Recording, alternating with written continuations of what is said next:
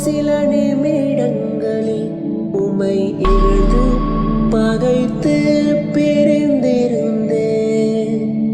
நிலைகள் தடுமாறும் நொடி பொழுதில் உம்மை ஐயோ ஐயோ நோகடித்தேன்.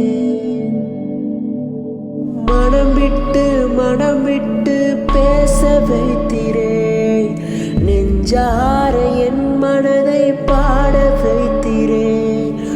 மனம் விட்டு இயேசு என்று பேச வைத்திரே, நெஞ்சார என் மனதை பாட வைத்திரே. என் வாழ்வினில் இது மட்டுமா